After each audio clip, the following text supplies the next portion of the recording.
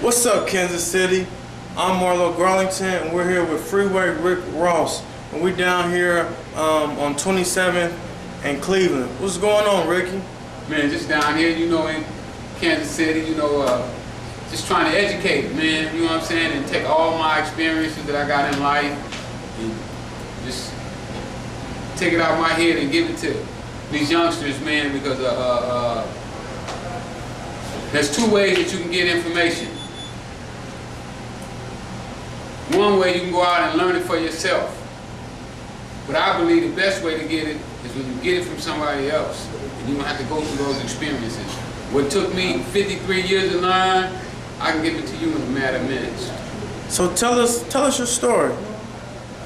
Man, it would take all day to go through my whole story, but I'm gonna sum it up real quick for you for this interview. So, what's up, Kansas City? You know exactly who Rick Ross is and what he's about.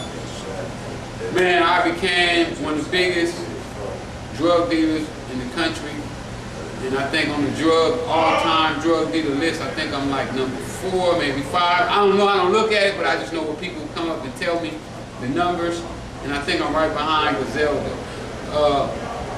But I came up to make $1 million a day. Sometimes I make $3 million one day.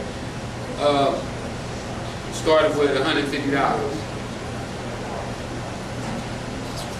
I lost my thought. All right, tell us how you got to where you at, and how did your empire go to the top? Well, I believe I went to the top because I studied. I studied other people that was in the game. I looked for their good things, I looked for the bad things, and I analyzed that, and I put my own game plan together. And that's why I became a millionaire in a lot of drug deals that you see. See, I believe that everybody could be rich selling drugs. I don't think that nobody that would be selling drugs and wouldn't get rich if they knew what they were supposed to do. And I believe that same principle works with anything that we do. If you study the game, whatever game you're in, and you really study, you dedicate yourself, and you sacrifice your life to that goal, because that's what I was willing to do. I was willing to sacrifice my life and my freedom, and I lost my freedom, and I almost lost my life. All right, elaborate on the choices you made, how it affected you, your family, and even your community on a positive and negative aspect. Well, you know, when we make choices, there's always a positive and a negative. Me choosing to sell drugs did one thing that I vowed in my life I would never do, and that was to leave my children. And because my father left me when I was 4 months old. And I vowed that I would never leave my children, and in actuality, by me selling drugs, did just that, because when the federal government came in and took me away for 20 years, I was away from my kids their whole childhood. And they didn't know their father. So we have to know that when we make choices, that we have to analyze them and see the long term, not just today or tomorrow, but what is this going to do to us as a whole in the future? Even though as a whole, the way you made a living, most would consider wrong, what positive things did you get out of that? Well, what I did is I learned that I am special, that I can do anything that I want to do.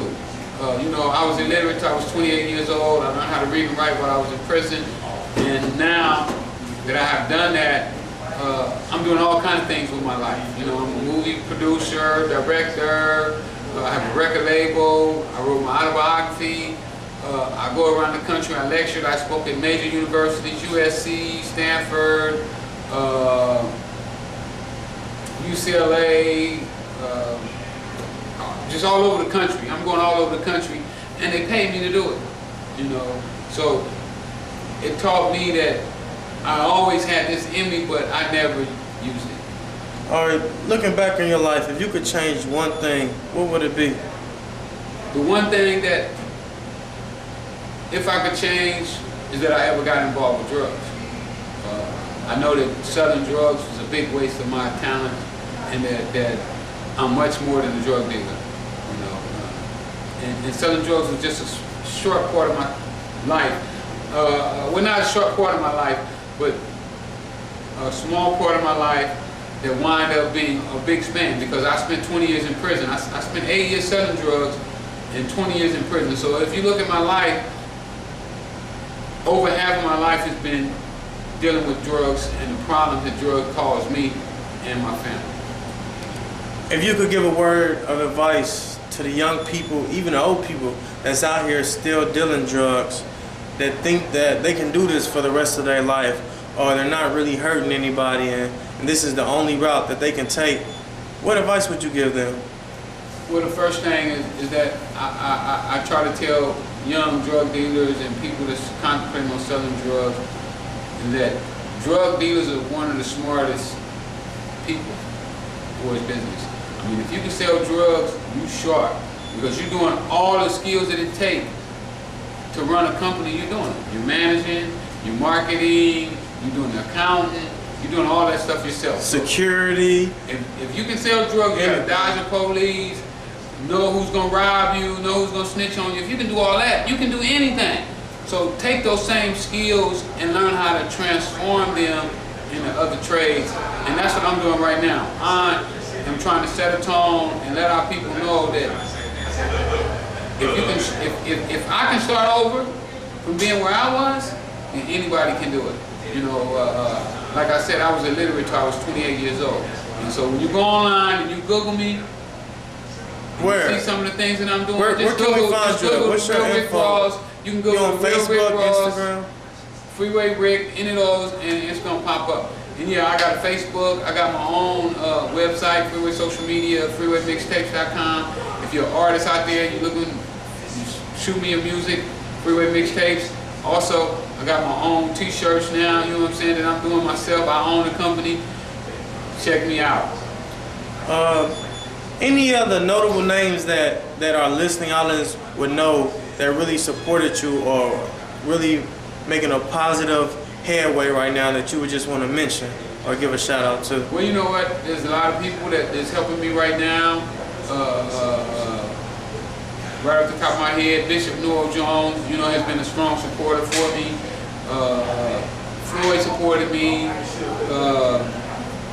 There's a lot of people, you know, and I just can't mention names. I mean, it's just too many names to mention, but there's a lot of support. But I get most of my support from the hood. You know, the hood love me, and I love the hood. They're the people that's pushing me forward and telling me, Rick, you can make it.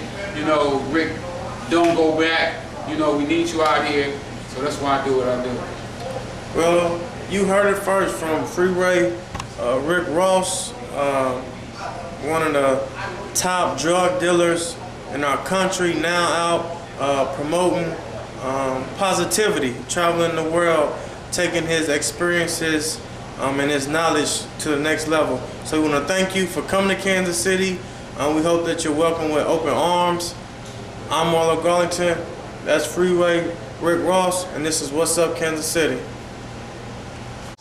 What's up, Kansas City? I'm Brianna Garlington. I'm Charles Williams. And I'm Derek Parker. And we are CMG. And we would like to welcome you to follow both websites. That's whatsupkansascity.net and cascadesports.tv.